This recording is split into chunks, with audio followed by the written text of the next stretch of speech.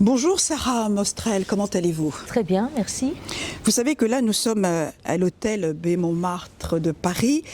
La chambre est considérée comme la partie la plus secrète, la plus intime et la plus personnelle de l'hôtel, servant à la création, à l'inspiration et à la méditation. Que représente pour vous ce lieu, l'hôtel ? Alors, d'abord dans cet hôtel, ici, il y a un magnifique jardin et je suis ravie d'être à l'extérieur et de pouvoir en profiter. Après l'hôtel, c'est les voyages, hein, c'est la découverte, c'est l'évasion, c'est aussi un espace où j'écris beaucoup, souvent. Quand je voyage, j'écris, je prends aussi souvent du matériel de peinture et je peins un petit peu. Comme je prends beaucoup de photos dans la journée, y compris quand je suis en vacances, j'utilise mes photos pour peindre le soir. Et puis évidemment, je prends toujours des livres de lecture. Donc l'hôtel, vraiment, c'est les vacances et c'est aussi la créativité hors champ et hors chez moi, et c'est parfait. Alors Sarah, quel est votre parcours professionnel qui vous définit? Dans la chronologie, on va dire, je suis de formation scientifique, ingénieur au départ. J'ai travaillé 10 ans dans l'informatique, j'ai un diplôme d'ingénieur en électronique. Ensuite, j'ai complètement bifurqué, j'ai changé de métier, je suis devenue journaliste, c'est encore le métier que j'exerce aujourd'hui. Et puis en parallèle, j'ai commencé à écrire donc une autre écriture, qui n'est pas l'écriture journalistique, mais l'écriture littéraire. J'ai commencé à publier, j'ai ensuite comme j'ai écrit beaucoup de poésie, des textes à moi ont été mis en musique. Et comme j'avais fait beaucoup de musique étant jeune, du piano notamment, j'étais ravie de cela. J'ai commencé à faire des scènes. Je me suis produite donc dans des petits théâtres, des petites caves parisiennes. Je continue d'ailleurs toujours. J'ai fait quelques albums de musique en ce sens. Et puis j'ai commencé à peindre il y a une quinzaine d'années pour compléter un petit peu ce parcours artistique. Et donc ces dernières années, c'est vrai que je publie beaucoup de livres qui sont souvent illustrés de mes peintures ou de mes photos. Et donc la peinture est une activité très intense aussi que je pratique aujourd'hui avec des expositions régulières, avec des productions assez nombreuses aussi. Est-ce qu'on peut rajouter que vous êtes aussi photographe, ingénieur de formation? Par rapport à mon passé scientifique, on va dire que des passerelles, j'en ai trouvé, des passerelles entre les sciences et les arts. Je pense qu'elles sont assez évidentes pour qui s'y intéresse, en tout cas de près. Et donc j'y trouve assez mon compte, donc par rapport à la rigueur technique que j'ai pu acquérir au départ, et puis l'organisation que je suis obligée de mener aujourd'hui en faisant toutes ces activités artistiques en même temps. Sarah, l'influence des mots sur votre façon de penser de l'enfance à la femme, comment ces mots vous ont construite en tant que femme? Alors j'ai toujours été très alerte et je me suis toujours sentie très concernée sur le sort des femmes, parce que nous vivons dans un monde qui n'est pas encore égalitaire ni paritaire, et malgré les avancées qui existent. J'ai d'ailleurs écrit un essai en ce sens qui s'appelle Femmes inspirantes, pour décrire les personnes qui ont participé à cette émancipation féminine et qui nous ont permis aujourd'hui d'être plus libres dans nos choix, quels qu'ils soient. Mais c'est vrai que les mots, comme j'écris de façon très humaniste, j'ai des thèmes humanistes, forcément la femme a un premier plan, puisque tout ce qui est sensibilité, tout ce qui est droit et expression personnelle. Et puis j'ai aussi fait un métier considéré comme un métier d'homme, le métier d'ingénieur, donc j'étais souvent la seule femme dans des amphis notamment. Chose que je n'ai jamais comprise, parce que les choses techniques, elles sont théoriques, je ne mettais pas les mains dans le cambouis, pas trop disons. Donc j'espère aujourd'hui, il y a beaucoup plus de femmes ingénieurs, et tant mieux, et beaucoup plus de femmes en général dans des métiers dits de manière erronée pour les hommes.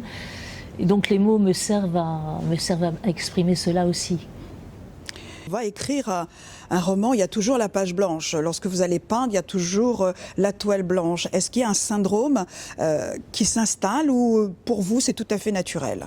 Il y a toujours une petite appréhension malgré tout, surtout peut-être plus sur la toile. Parce que ça me paraît un peu irréversible. Autant maintenant sous Word on peut changer, reformuler, modifier, déplacer des paragraphes, des chapitres, ajouter des choses. Autant sur la toile ça paraît plus définitif. Moi, je peins à l'huile, donc ça met du temps si je dois modifier les choses, si je dois transformer la peinture.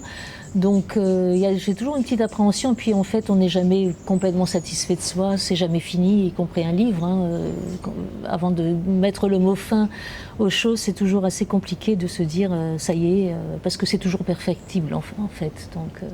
Qu'est-ce qui différencie l'écriture d'une actualité en tant que journaliste et la narration d'un roman en tant qu'écrivaine ? Alors je crois que cette écriture journalistique et littéraire n'a aucun rapport. Donc d'un côté, l'une est informative et donc elle est plus factuelle et plus neutre. En tout cas, autant se peut, parce qu'on n'est jamais complètement neutre. Mais donc dans cette démarche-là, en tout cas, on est dans la tentative d'informer, Alors je fais beaucoup d'interviews aussi, beaucoup d'interviews d'artistes, donc j'aime beaucoup ces moments confidence. Auxquels se plient les artistes, les chanteurs, les comédiens que j'interviewe. L'écriture d'un roman, c'est une fiction, donc c'est des personnages fictifs, mais qui ne sont jamais vraiment fictifs, puisqu'on s'inspire toujours, on ne le dit pas évidemment, mais on s'inspire des gens qu'on connaît, des projections qu'on a, des choses qu'on ne veut pas, des choses qu'on aime, etc. Donc rien n'est jamais neutre non plus dans la fiction, sauf que ça paraît neutre, ça paraît en tout cas... complètement inventé, alors qu'évidemment on ne parle pas de certains sujets par hasard et on en parle parce qu'ils nous touchent quelque part. Femme inspirante, édition Non Nobis, qui est un éditeur belge. C'est un essai donc des mini-biographies de femmes du XVIIIe au XXe siècle. Donc dans ce livre, sur la couverture en tout cas, c'est une image d'archive que l'éditeur a choisie, qui est donc une manifestation de femmes dans des périodes un peu plus anciennes. Les autres livres qui se situent ici sont des... Alors les couvertures, c'est moi qui les ai proposées et qui ont été adoptées. Poésie au gré d'étoiles, c'est un livre de peinture, de mes peintures qui ont été commentées, poétisées par une amie, Maggie de Coster, qui a donc écrit sur son ressenti sur l'étoile, sur ses peintures. C'est un livre d'artiste. Gris de peine, c'est un recueil qui vient de recevoir un prix, le prix Dina Sayouni, un prix littéraire. C'est un recueil de poésie, donc en fait la couverture c'est une de mes peintures qui a été agencée suivant la ligne éditoriale de l'éditeur. C'est un recueil de poésie et de mes dessins. Pièce de circonstance, c'est une sorte de roman mais sous forme théâtrale que j'ai commis avec une amie, Odile Cohen-Abbas, qui donc traite de 3 pièces sur des thèmes très universels. Donc là aussi la couverture a été acceptée par l'éditeur. Et puis Marchons doucement sur nos rêves aux éditions Unicité. Alors pièce de circonstance, pardon, c'est aux éditions Z4. Je ne l'ai peut-être pas mentionné, Gris de peine aux éditions du Cygne, et donc Marchons doucement sur nos rêves, qui est une anthologie de poésie aux éditions Unicité. En fait, ça regroupe, en gros, c'est une sorte de best-of des meilleurs recueils de poésie. J'en ai publié une dizaine, que j'ai donc publié au fil du temps. Donc il y a aussi des peintures qui sont intercalées dans le livre. Après, ça dépend des éditeurs. Il y a des éditeurs qui acceptent les visuels, les images. La couleur coûte plus cher, évidemment. Donc ça, il faut bien cibler les éditeurs qui pourraient être intéressés par ce genre de livres d'artistes. Et la poésie, je rappelle, elle se mêle très très bien à l'image, au visuel. Donc poésie photo, poésie peinture, c'est toujours très avantageux. J'ai quelques préfaces. Alors j'ai une préface de Maggie de Coster sur Gris de peine aux éditions du Cygne, donc ce recueil de poésie et dessin. J'ai une préface dans une correspondance d'Aldo Naouri, qui est un pédopsychiatre, parce que c'est un livre un peu psy, et donc on avait, je dis on parce que je l'ai écrit aussi en collaboration avec une autre auteure, Maud Hoffman. Nous l'avons sollicité pour justement préfacer ce livre, qui était d'une correspondance menée pendant le confinement, et donc il y avait tout ce côté psychologique, un peu... cette anxiété un petit peu que nous vivions tous en étant enfermés. Nous avons échangé nos états d'âme et nos réflexions, notamment sur l'amour, sujet que j'ai beaucoup traité ici et là. Et donc Aldo Naouri me paraissait tout à fait adapté en tant que psychiatre, donc pédopsychiatre, à ce genre de livre pour justement préfacer ce livre qui s'appelle « Il faut imaginer Sisyphe heureux » que je n'ai pas apporté. Gris de peine aux éditions du Cygne.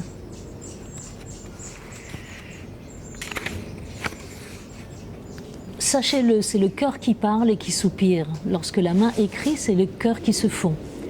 C'est une citation de Musset. Associer le gris à la peine, c'est mettre l'accent sur l'intensité et l'immensité de cette dernière. Dans Gris de peine, Sarah Mostrel évoque l'insoutenable douleur qui érode son cœur quand l'inacceptable lui tombe comme un couperet. Un coup de grâce m'étreint soudainement, convient-elle. Son désenchantement est tel qu'elle soutient « Rien ne fait désormais plus grâce à mes yeux ». Le gris est associé à la perte, perte d'un être cher, mais la perte peut être prise dans une acception très large quand elle caractérise une situation anomique qui entraîne l'effritement ou le rejet des valeurs et où la peur domine et où le cœur s'emballe. Et la poète de constater « Une roue tourne en rond, le monde ne va pas rond ». C'est le statu quo et le gris peut prendre une telle proportion que des larmes tombent. Et pour ne pas affronter l'extrême violence, tout ça ce sont des citations, rien de tel que de s'emmurer dans le silence. Un silence qui étreint et noue la gorge.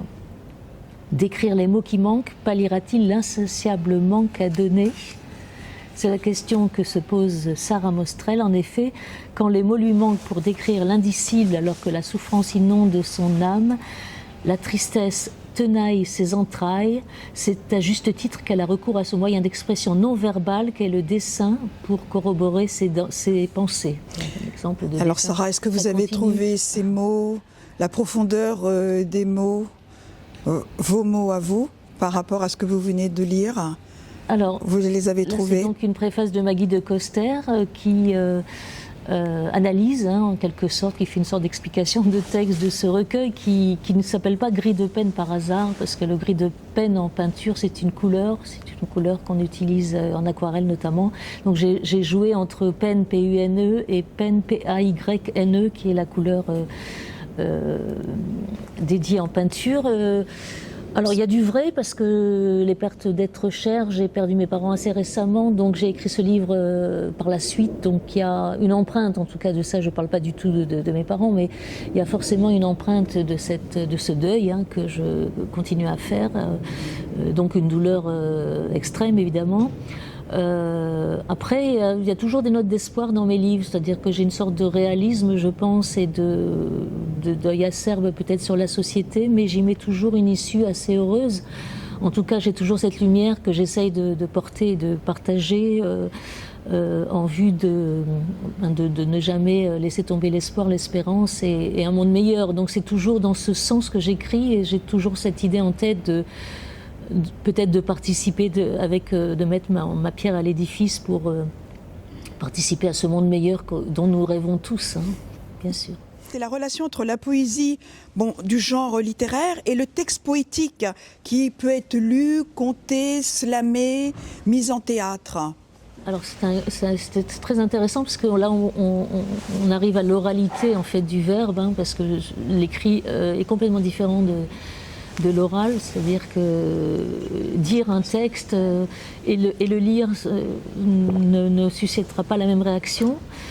J'ai mis en scène un livre qui s'appelle Célébration que j'avais écrit et donc je me suis moi-même essayée à cet exercice en jouant un petit peu le rôle de comédien et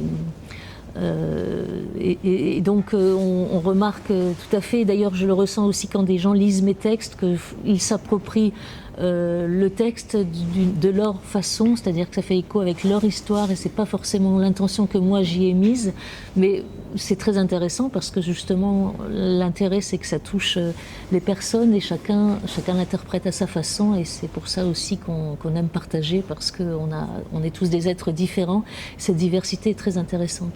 Gisèle Halimi, que vous connaissez, le 8 mars, Journée internationale des droits des femmes, le livre Femmes inspirantes, début du XVIIIe et XIXe siècle, activiste, féministe et engagée.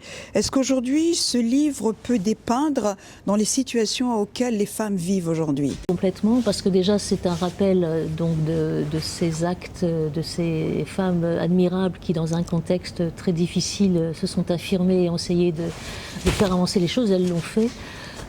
Et j'ai l'impression aussi que face à une certaine régression parfois du statut des femmes aujourd'hui, il est indispensable de prendre comme exemple ces femmes qui ont sacrifié parfois leur vie pour que nous allions mieux, et qu'elles sont vraiment un modèle pour moi, et il me semble qu'elles devraient l'être pour beaucoup de jeunes filles notamment, pour avancer dans la vie, pour faire ce qu'on a envie de faire, pour choisir sa voie en toute liberté, sans aucune contrainte, ni domination ou soumission. Il y a plusieurs périodes, du XVIIIe au XXe siècle, donc il y a notamment des femmes qui sont encore vivantes. Je pense à Tarana Burke, qui est à l'origine du MeToo par exemple, donc là on est quand même assez dans une actualité assez récente, puisque ça continue toujours. C'est elle qui a initié donc c'est ce hashtag, ce fameux hashtag qui a été décliné de beaucoup de façons ensuite. Joséphine Baker, c'est pas si vieux, elle a été panthéonisée récemment. Bon, c'est pas récent, mais Simone Veil est morte il y a quelques années seulement. Donc en fait, on part vraiment de très loin finalement, d'une inégalité totale, puisque les femmes n'avaient pas le droit d'étudier, n'avaient pas le droit de faire des écoles d'art, n'avaient pas le droit de faire de la musique, enfin de manière professionnelle. Donc elles ont souvent dédié leur travail même à leur mari, ou je pense là à des musiciennes, par exemple Clara Schumann, Fanny Mendelssohn. On réhabilite aujourd'hui Suzanne Valadon, par exemple, dont je parle aussi, des artistes peintres femmes dont on ne parlait pas du tout. Elisabeth Vigée-Lebrun, récemment on a eu une rétrospective, Rosa Bonheur. Voilà, donc en fait c'est assez satisfaisant de voir qu'aujourd'hui on se rappelle que ces femmes avaient été très talentueuses et pouvaient et sont encore aujourd'hui sur le marché, on va dire, alors qu'elles ont été occultées très longtemps. Donc en fait, outre la politique et les droits institutionnels, et puis le droit de divorcer, le droit de gagner un salaire égal, ce qui n'est toujours pas le cas, le droit de vote, etc., on peut prendre exemple sur ces femmes qui ont tenu tête finalement à des systèmes qui les ont toujours écrasées. Je parle aussi de Rosa Parks, je parle aussi un petit peu de la ségrégation raciale, je parle de beaucoup de choses, parce que finalement les choses souvent se rejoignent aussi. Donc en fait, je crois que ces modèles nous servent et nous serviront toujours. En tant que peintre et auteure-compositrice, comment votre peinture et la musique sont-elles liées ? Alors, je crois que tous les arts sont liés. Si je pars de très loin, Léonard de Vinci était scientifique, était peintre, était dessinateur, était tout ce que vous voulez. Donc en fait, la musique, c'est une sensibilité, c'est pas éloigné non plus, on le dit souvent chez les jeunes, des mathématiques, donc des sciences là pour le coup. La poésie, elle n'est pas très éloignée de l'astrophysique, de la métaphysique. Donc en fait, je crois vraiment que tout est lié, et la peinture est une autre façon pour moi d'exprimer une certaine réceptivité des choses, une certaine sensibilité. Et la musique, c'est de la poésie chantée, finalement. Les chansons, c'est de la poésie chantée. Je crois que les arts dialoguent de manière merveilleuse entre eux, et c'est un petit peu dommage aujourd'hui de cloisonner. En France, on cloisonne beaucoup de choses de toute façon, y compris dans le monde du spectacle, etc. Alors qu'on peut être je crois que les passerelles se font assez naturellement finalement, de collaboration comme ça, entre les peintres notamment et la musique. Nicolas de Staël, Kandinsky, enfin tous ces gens-là se sont beaucoup intéressés à la musique et ont collaboré. Edward Hopper a collaboré également avec le monde du cinéma notamment. Enfin, je veux dire, tout est vraiment pour moi très lié.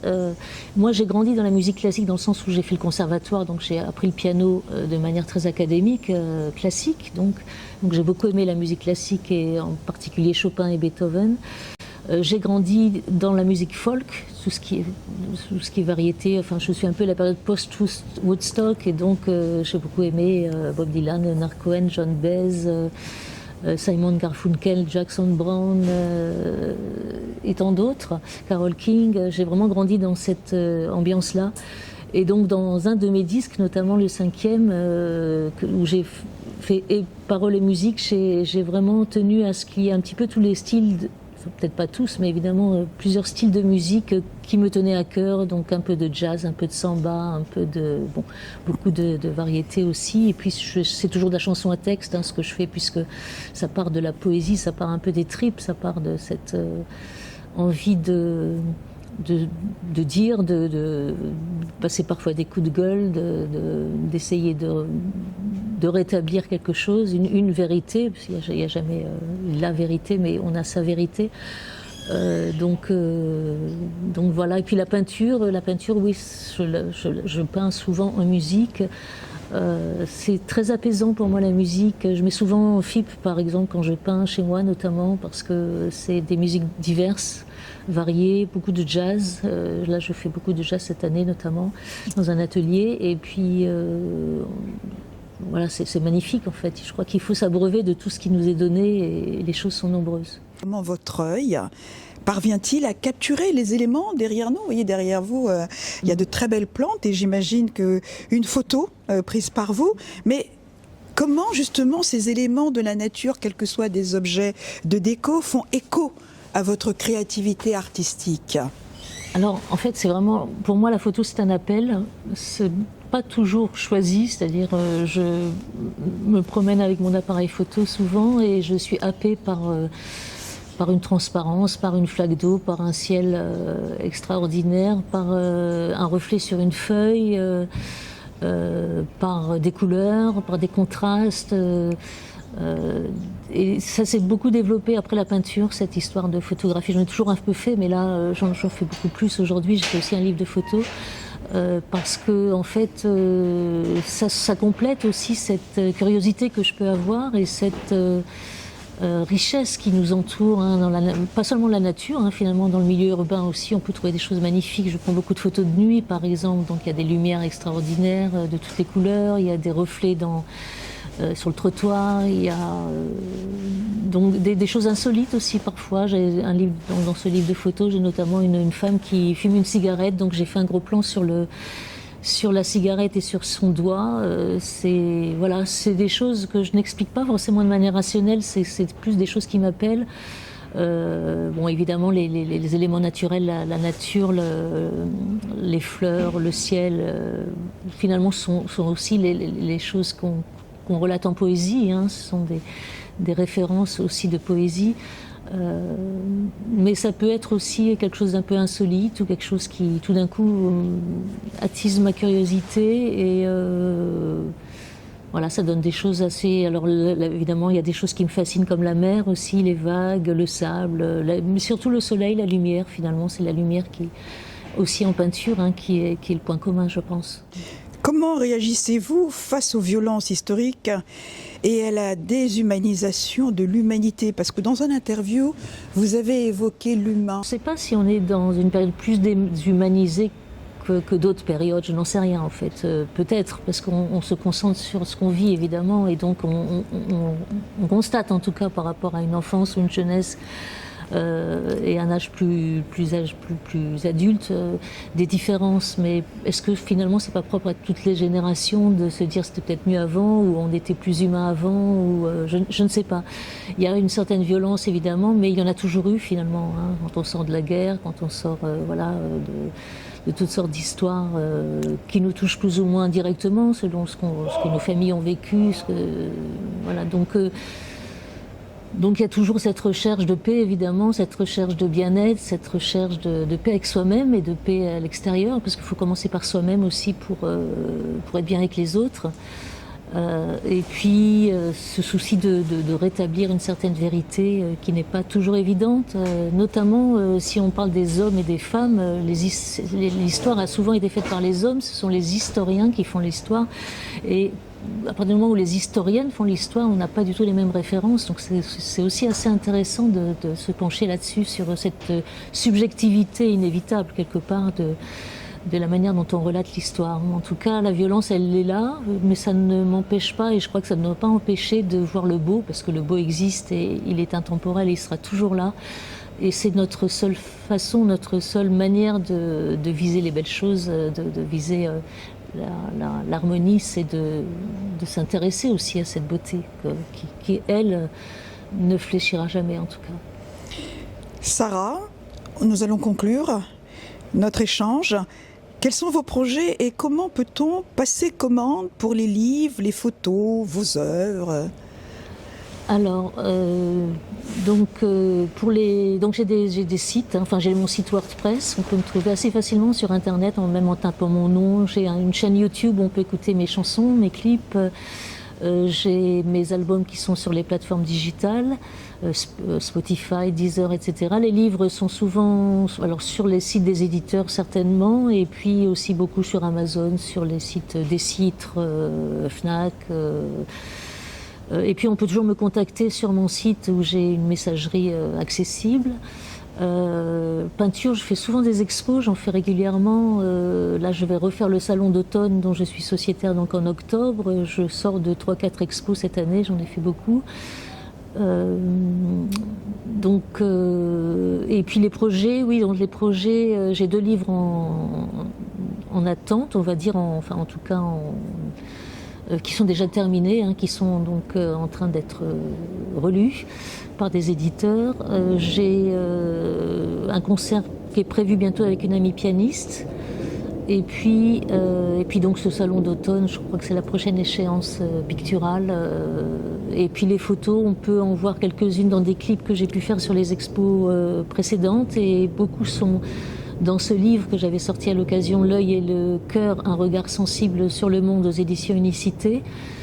Et si on recherche une œuvre en particulier, me contacter directement et je me ferai un plaisir de vous montrer au moins ce que je fais.